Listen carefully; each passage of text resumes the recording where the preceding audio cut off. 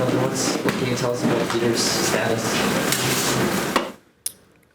He's not available today, and he's still being assessed in terms of just how long he's going to be out. At this point, it's not looking like it's going to be long-term in the sense of LTIR and that kind of stuff. So just going through that process, but they haven't fully assessed him here yet. You guys probably had many choices to put a lineup together tonight. You're choosing to be short of an NHL backup goalie. Could you sort of walk through the logic of why you're going about it this way?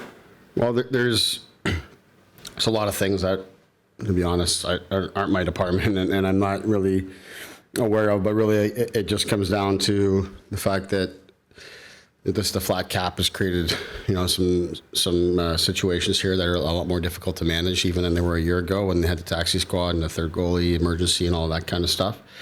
So going through that here now. Justin Hall's situation with him having cold symptoms and his PCR test has not come back here yet has created another situation for us. So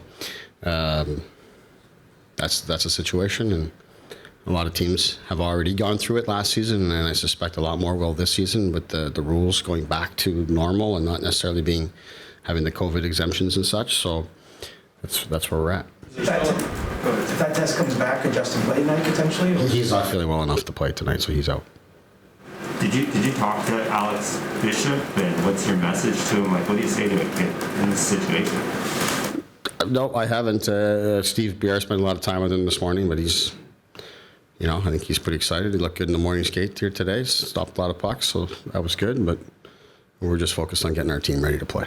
Sheldon, last season there was a lot of you can only control you can control. That was sort of like the mantra throughout the league. You can't control all the things that change. Is this sort of same message tonight? You can't control this as the players, and just sort of push forward with the situations that presented to you.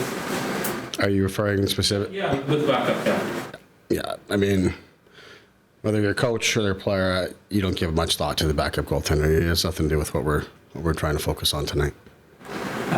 Talk a little bit about Timothy. An opportunity for him to show you what he's got, kind of. Yeah, great opportunity for him. He's had a good camp. He's remained patient here through the first couple of games. Talked to him this morning. I know he's excited, and he's played well. He'll go right in and do a job for us. So he has done before. It's not new to him in the sense of, he's come up and played in times when we've needed him, and he's done a good job. So we expect more of the same tonight.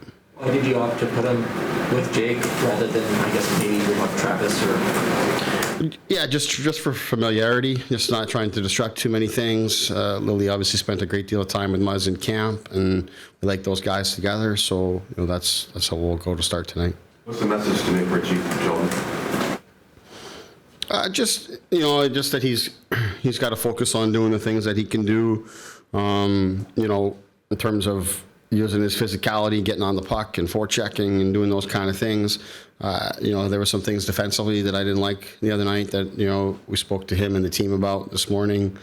But, really it's just about, he played really well in preseason, and that gave him some confidence, and it hasn't gone as well in these first couple.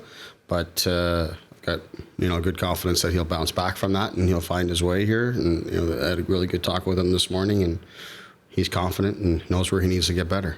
Is there something more you'd like to see from Alex Kerfoot in his line? Well, just with Kerf himself, I think, he hasn't played to me at the level that he had, when the season ended in the playoffs. So I thought he and Willie together, on that line when John went down, they were tremendous for us, and they had great chemistry. And in specific to Alex, he played with lots of confidence. He wanted the puck. He was looking to make plays. He was flying into the neutral zone.